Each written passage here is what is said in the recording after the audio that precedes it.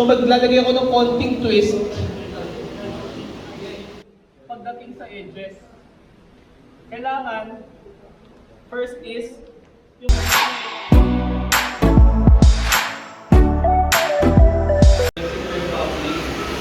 tingnan yung page niya. Ano din siya?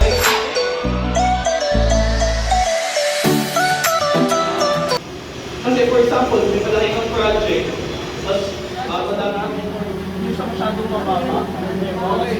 So papakita niya ako ng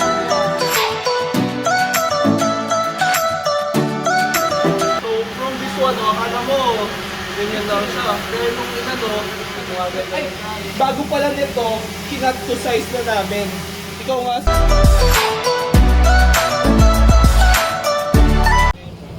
Yan, kahit yung mga butas yan, pwede yan. Alam ba ko?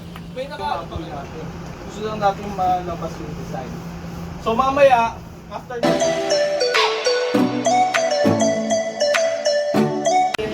hindi naman kailangan yung saktong 2:1, 1.8:1, 2.2:1.